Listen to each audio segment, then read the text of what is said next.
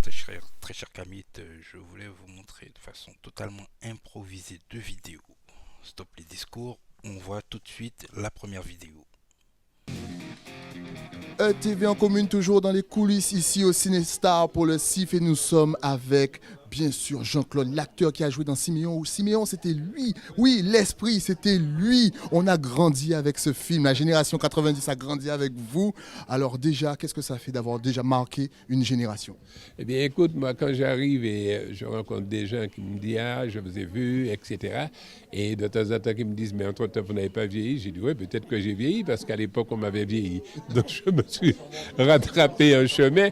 Mais ça me fait du bien de rencontrer des gens qui me disent avoir aimé le film. Ça me fait du bien pour Eusanne aussi et pour tous ceux qui ont travaillé, parce qu'elle voulait que cette histoire-là existe. Et d'ailleurs, je ne sais même pas si vraiment Simon est parti, parce que souvent, on se rencontre, on est là, on revient, on parle, etc. Donc, moi, je trouve que c'est bien que vous soyez là, des jeunes, des enfants qui ont grandi, qui sont venus des jeunes et qui aiment encore ce film-là, Siméon.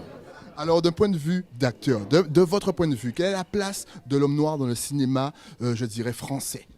Moi, je n'ai pas spécialement de combat. Je crois que je laisse ça aux professionnels. Mais moi, je dis il faut nous aider. On n'a pas forcément besoin qu'on nous intègre dans des films pour jouer. Il suffit qu'on nous aide à créer nos films. Et tout ça, c'est la difficulté. Parce que nous sommes capables de créer pour nous-mêmes. Et lorsque nous allons créer pour nous-mêmes, nous n'allons pas sélectionner. Nous allons jouer avec tout le monde. Ici, si ça peut être une leçon au monde, que ça doit être ouvert à tout le monde, ça sera bien. Donc moi, pour le moment, je ne revendique rien, sauf cette possibilité de créer nos films et de travailler avec tout le monde, quelle que soit la couleur de peau et tout ça. Mais pour le moment, c'est difficile.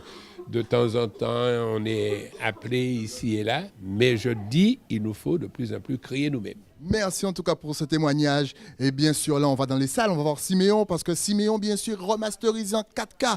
Si vous ne l'avez pas encore vu, vraiment, allez le voir, parce que ce film est un pur bijou. Nous, on continue toujours dans les coulisses du Cinestar, on traîne, on vous montre comment ça se passe. Et oui, on est samedi, c'est le Creole Day.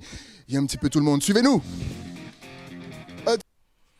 Voilà, là où je voulais venir avec vous, c'est ce que a dit ce monsieur, cet acteur-là, antillais.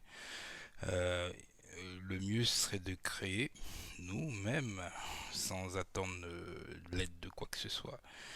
Et donc, on a l'impression, en tout cas j'ai l'impression, et j'espère que je me trompe, qu'on est dans un état un peu attentiste. On attend qu'on soit convoqué par des producteurs de je ne sais où. Ce qui me gêne un peu, c'est ça, c'est cet état attentiste. D'où ma deuxième vidéo. Allez, vous allez tout comprendre après. J'espère que je vais pouvoir la trouver tout de suite. Celle-là, elle n'est plus besoin. On revient à celle-ci. Et c'est parti. Qu'est-ce qui connaît Nollywood? Ah, non, Nollywood, Bollywood, enfin. Nollywood, c'est l'industrie cinématographique du Nigeria. Vous avez vu le pays que je vous ai montré là, qui a la population des États-Unis et qui va bientôt avoir la population de l'Europe. Eh bien, c'est la deuxième industrie cinématographique au monde. Hein? Non, ça c'est le Nigeria, le Niger. Ah oui, c'est Niger.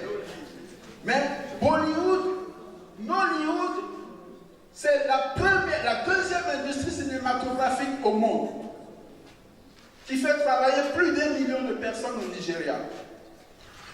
Alors, il y a quelques semaines, ou quelques mois désormais, j'entendais dans une plénière de la CTM qu'on allait mettre 600 000 € dans un document, enfin, dans un projet d'épisode, de 10 épisodes, avec un budget global de 10 millions.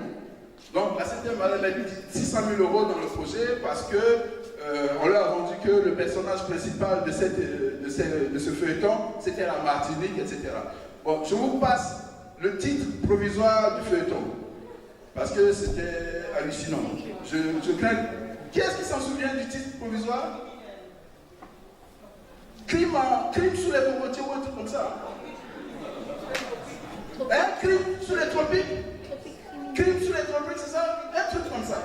Bref, avec les 600 000 €, si on les avait confiés à des acteurs du cinéma martiniquais pour fabriquer leur projet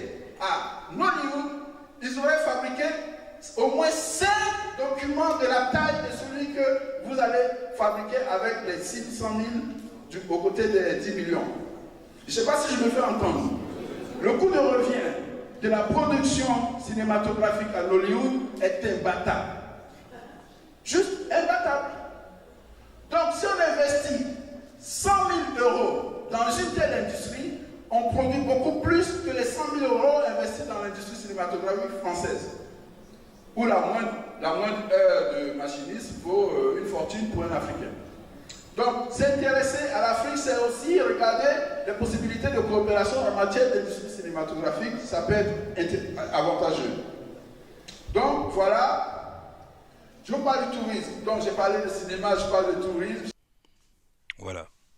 Donc, j'espère que vous avez compris. Alors, dans un premier temps, il y a un acteur antillais qui se plaint, mais qui se dit revendiquer plutôt que de revendiquer un problème de représentativité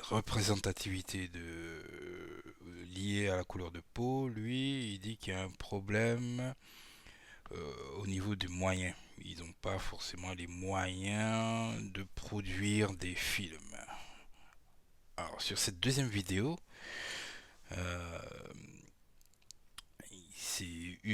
c'est un colloque qui a eu lieu en début d'année 2019 par un éminent présentateur, j'ai pas tout de suite son nom là, mais je pourrais vous le mettre en commentaire. Il parle un peu de la puissance la nouvelle puissance économique de demain qui pourrait être l'Afrique. Là, il vous donne un petit peu une solution possible pour la production de cinéma. Donc, il faut, mon message, s'il y en avait un au moins qui puisse se faire entendre là ce soir, c'est que il faut sortir de cet état d'attentiste, de victime, en disant voilà, c'est pas notre faute, ça remonte à l'esclavage où on doit attendre que tout vienne du maître et qu'on ne prenne pas nous-mêmes l'initiative d'aller faire des recherches pour pouvoir être indépendant. Voilà, c'est ça le truc. Il y a des solutions à tout. Il ne faut pas qu'on s'arrête en Martinique ou en Guadeloupe, aux Antilles, même en Afrique, en disant que voilà, on peut pas faire parce qu'on n'a pas les moyens, parce que Papa France nous donne pas, ou voilà, etc.